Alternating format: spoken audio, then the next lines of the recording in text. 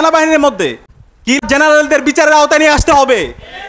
এই কিলার জেনারেলরাই গত 16 বছরে ফেসিবাদ কায়েমে খুনি হাসিনাকে সবচেয়ে বেশি সহযোগিতা করেছে। বাংলাদেশের সেনাবাহিনী দেশের স্বাধীনতার সার্বভৌমত্বের অখণ্ডতার জন্য আমরা সবসময় বাংলাদেশ সেনাবাহিনীর প্রতি আমাদের ভালোবাসা আছে এবং আমরা বিশ্বাস করি সেনাবাহিনী স্বাধীনতার সার্বভৌমত্ব অখণ্ডতার জন্য সবসময় তার লড়াই সংগ্রাম জারি রাখবে। কিন্তু এই সেনাবাহিনীর মধ্যে যারা কি জেনারেল আছে তারা এই দেশের শত্রু, তারা এই জাতির শত্রু, তারা জুলাইয়ের আমাদের শহীদদের যে আকাঙ্ক্ষা সে আকাঙ্ক্ষা বাস্তবায়নের পথে তারা এই জাতির শত্রু, তাদেরকে বিচারের আওতায় নিয়ে আসতে হবে। কিন্তু আজকে দুর্ভাগ্যের বিষয়, আজকে আমরা দেখতে পাচ্ছি এই কিলার জেনারেলদেরকে তাদেরকে এসি প্রিজন বের করে নিয়ে আসা হচ্ছে, তাদেরকে যেখানে রাখা হচ্ছে সেখানে তাদেরকে এসির ব্যবস্থা করা হচ্ছে। এটা পুরো জাতির জন্য লজ্জা। জুলাই বিপ্লব পরবর্তী আমরা এই ধরনের এই খুনি জেনারেলদের এই অবস্থা আমরা দেখতে চাই না। আমরা তাদেরকে বাংলাদেশের আমাদের যে কারাগার আছে সেই কারাগারে তারা থাকবে। বাংলাদেশের যে আইন আছে, আন্তর্জাতিক অপরাধ ট্রাইব্যুনালের যে আইন আছে সে আইন অনুযায়ী তাদের বিচার হবে। তারা যে হত্যা করেছে, তারা যে আইনাগর তৈরি করেছে, যে গুম খুনের সাথে জড়িত আছে সে অনুযায়ী তাদের বিচার হইতে হবে। এই বিচারের সাথে যারা জড়িত আছে আমি আন্তর্জাতিক অপরাধ ট্রাইব্যুনালকে এবং অন্তর্বর্তীকালীন সরকার অনুরোধ করব, আপনারা গাছ নিয়ে বিচার করেন। আপনাদের সাথে ছাত্র জনতা আছে, ছাত্র জনতা যেভাবে জুলাই নেমে এসেছিল প্রয়োজনে আবার রাস্তায় নামবে। কিন্তু এই কিলার জেনারেলদের তাদের দায় মুক্তি দেওয়ার কোনো সুযোগ নেই। এই দায় মুক্তি দেওয়ার যারাই চেষ্টা করবে বাংলাদেশে ফেসিবাদের যে পরিণতি হয়েছিল, হাসিনার যে পরিণতি হয়েছিল তার চাইতে খারাপ পরিণতি আপনাদের হবে। ছাত্র জনতার পক্ষ থেকে স্পষ্ট দাবি, বাংলাদেশে খুনি হাসিনা এবং তার দোসরদের রাজনীতি করার কোনো অধিকার নাই। তাদেরকে যেখানে পাওয়া যাবে তাদেরকে ধরে থানায় দিতে হবে, তাদের সবাইকে দৃষ্টান্তমূলক বিচারের আওতায় নিয়ে আসতে হবে। জার্মানিতে যেভাবে নাৎসি বাহিনীকে নিষিদ্ধ করা হয়েছে, ইতালিতে যেভাবে মুসলিনীকে নিষিদ্ধ করা হয়েছে, একইভাবে বাংলাদেশে আওয়ামী লীগ, ছাত্রলীগ, যুবলীগ, খুনি হাসিনার দোসরদের রাজনীতি করার কোনো অধিকার নাই। তাদের সবাইকে দৃষ্টান্তমূলক বিচার আওতায় নিয়ে আসতে হবে। বাংলাদেশে রাজনীতি করবে বাংলাদেশপন্থী যারা আছে তারাই। এর বাইরে যারা ফেসিবাদ কায়েম করেছে, যারা আইনাগর তৈরি করেছে, যারা গুম খুন করেছে, তাদের রাজনীতি করার কোনো অধিকার নাই।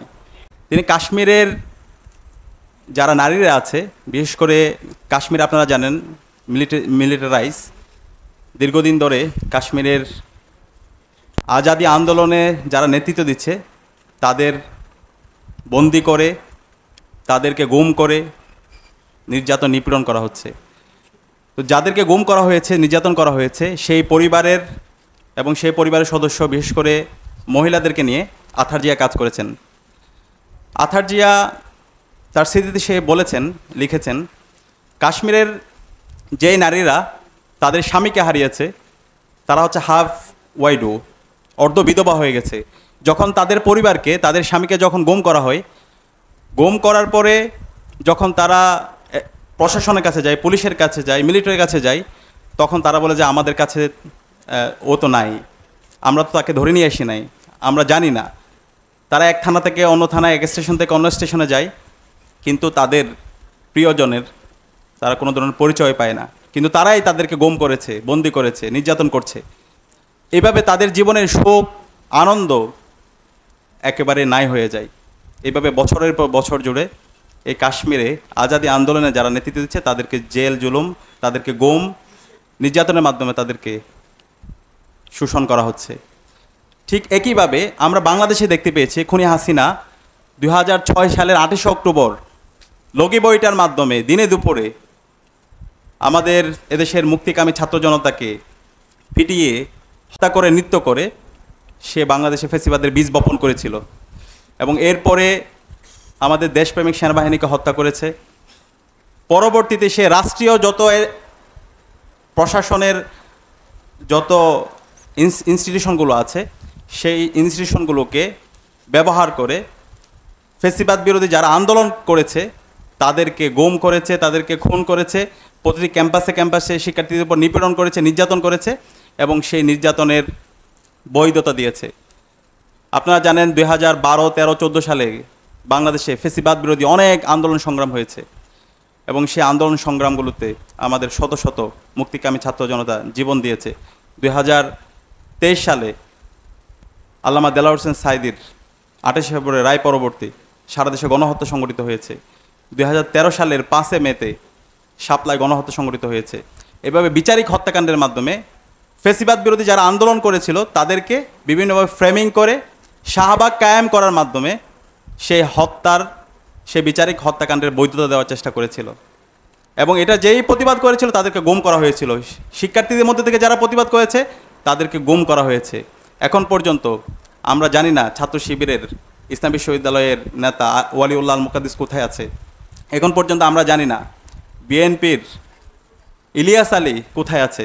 এখন পর্যন্ত জানি না আমাদের সুমন ভাই কোথায় আছে। এভাবে আমাদের শত শত নেতৃবৃন্দকে ফেসিবাদ বিরোধী যারা আন্দোলন করেছে তাদেরকে গুম করা হয়েছে। এবং সেই গুমে আমাদের ব্যারিস্টার আরমান ভাই, আজমি ভাই এবং সেই গুমে হুম্মাম কাদের চৌধুরী ভাই থেকে শুরু করে মাইকেল চাকমা অসংখ্য ভাইরা তারা গুম অবস্থায় ছিল। তাদেরকে বছরের পর বছর নির্যাতন নিষ্পেষণ করা হয়েছে। এবং এই জুলাই বিপ্লবের মাধ্যমে আজকে আমরা আমাদের এই গুমের শিকার আরমান ভাইকে ফিরে পেয়েছি, আজকে আজমি ভাইকে ফিরে পেয়েছি, মাইকেল চাকমাকে ফিরে পেয়েছি। কিন্তু এখন পর্যন্ত ওয়ালিউল্লাহ আল মুকাদ্দিস ভাইরা কোথায় আছে সেটা আমরা জানি না। এখন পর্যন্ত সুমন ভাই কোথায় আছে সেটা আমরা জানি না। যে হাসিনা গত 16 বছরে ফেসিবাদ কায়েম করেছে, আইনাগরের মাধ্যমে আমাদের ফেসিবাদ বিরোধী আন্দোলনে যারা নেতৃত্ব দিয়েছে, বিচারিক হত্যাকাণ্ডের মাধ্যমে এদেশের সম্ভাবনাময় যারা নেতৃবৃন্দ আছে তাদেরকে হত্যা করেছে এবং তাদের পরিবারকে বছরের পর বছর ধরে তাদেরকে বিভিন্নভাবে জুলুম নির্যাতন করেছে এবং তাদের পরিবারকে গুম করেছে। সেই খুনি হাসিনার বিচার এই স্বাধীন বাংলাদেশে হতে হবে ইনশাআল্লাহ। এবং আজকে আমরা দেখতে পাচ্ছি আমাদের এই হাসিনা এবং তার দোসরদের গুম আয়নাগর সেটার উপর আজকে ডকুমেন্টারি তৈরি হচ্ছে। আজকে মুস্তাফা সরোয়ার ফারুকী ভাই অনেকগুলো ডকুমেন্টারি তৈরি করেছে, আয়নাগরের উপর ডকুমেন্টারি তৈরি করেছে, আরমান ভাইয়ের উপর, সুমন ভাইয়ের উপর। কিন্তু সেই ডকুমেন্টারিগুলোতে আমরা দেখতে পাচ্ছি হাসিনা এবং তার দোসররা সেটাকে নাটক বলতেছে। যে হাসিনা গত 16 বছরে বাংলাদেশে ফেসিবাদ কায়েম করেছে, এই জুলাই বিপ্লবে আমাদের 2000 ভাই বোনকে শহীদ করেছে, 40,000 ভাই বোনকে পঙ্গু করেছে, সেই হাসিনা এখন পর্যন্ত তাদের মধ্যে কোনো অনুশোচনা নাই। এই গণহত্যা, এই সুসহকে, এই আইনাগর, এই সব কিছুকে তারা নাটক বলছে। আমাদের ছাত্র জনতার পক্ষ থেকে স্পষ্ট দাবি, বাংলাদেশে খুনি হাসিনা এবং তার দোসরদের রাজনীতি করার কোনো অধিকার নাই। তাদেরকে যেখানে পাওয়া যাবে তাদেরকে ধরে থানায় দিতে হবে, তাদের সবাইকে দৃষ্টান্তমূলক বিচারের আওতায় নিয়ে আসতে হবে। জার্মানিতে যেভাবে নাৎসি বাহিনীকে নিষিদ্ধ করা হয়েছে, ইতালিতে যেভাবে মুসলিনীকে নিষিদ্ধ করা হয়েছে, একইভাবে বাংলাদেশে আওয়ামী লীগ, ছাত্রলীগ, যুবলীগ, খুনি হাসিনার দোসরদের রাজনীতি করার কোনো অধিকার নাই।